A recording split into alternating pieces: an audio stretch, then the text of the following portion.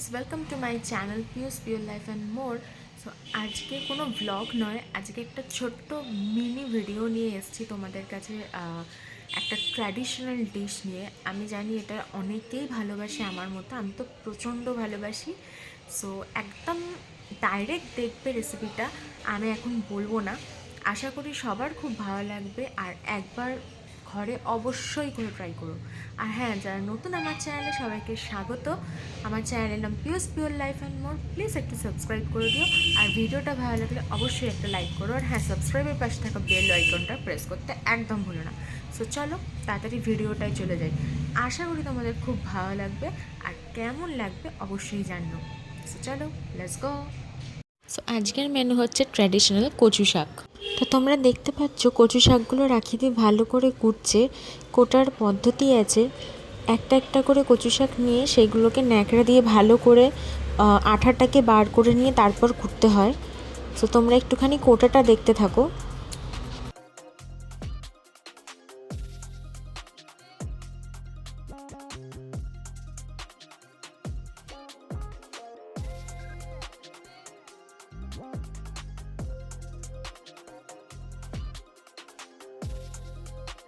কোটা হয়ে যাওয়ার পর একটা হাঁড়িতে আমরা ভালো করে এটাকে সেদ্ধ করে নিয়েছি।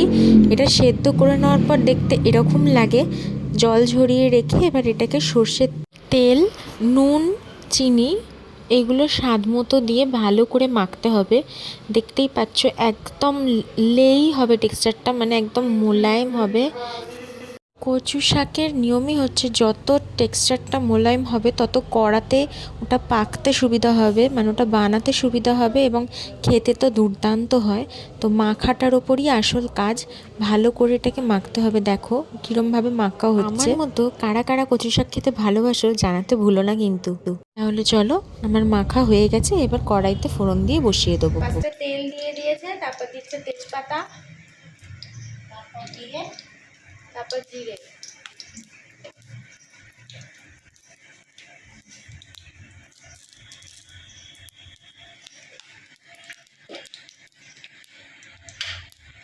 একটুখানি হচ্ছে, এরপর দেওয়া হচ্ছে শুকনো লঙ্কা।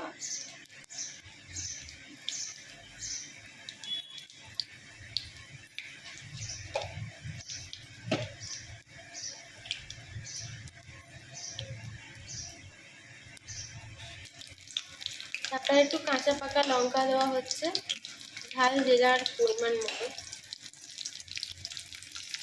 আর এখানে দেখি রাখি কচু শাকটাতে নুন পরিমাণ মতো, চিনি পরিমাণ মতো, সর্ষের তেল আর হলুদ আর লঙ্কা গুঁড়ো, জিরে গুঁড়ো সবটা দিয়ে মিক্স করা আছে। পরিমাণগুলো যে যার মতো বাড়িয়ে কমিয়ে নিতে হবে। এখানে ফোড়নটা রেডি হলে কি দেওয়া হবে বেশি? শাকটা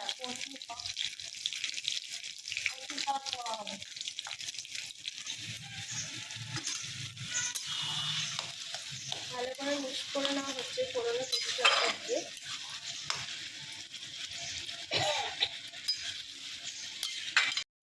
একটু হলুদ দেওয়া হয়েছে খালি। এপাশে নারকোল পুরনো আর আদা জিরে বাটা আছে। মিষ্টি দেবো, তো মিষ্টির বদলে নিরামিষ যেহেতু ঠাকুরের নকুল দানা দিয়েই হয়ে যায়।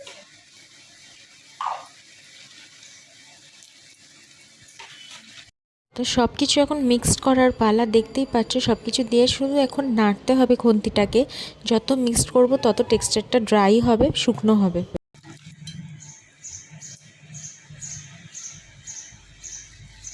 এই স্টেজে আমরা আদা জিরে বাটাটা অ্যাড করে দিচ্ছি, সেটাও পরিমাণ মতো, যার যতটা পরিমাণ ততটা। একটু নারকোল অ্যাড করে দিচ্ছি।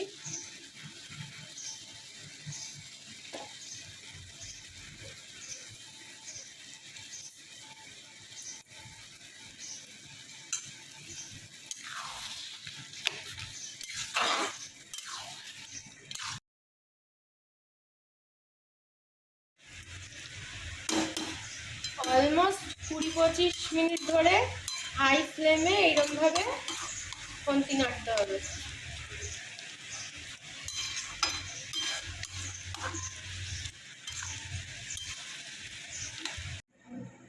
রেডি আমাদের গরম গরম কচু শাক।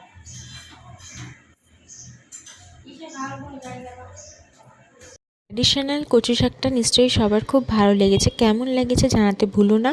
আমার চ্যানেলটিকে সাবস্ক্রাইব করো। নেক্সট ভিডিও অবধি আমার জন্য ওয়েট করো।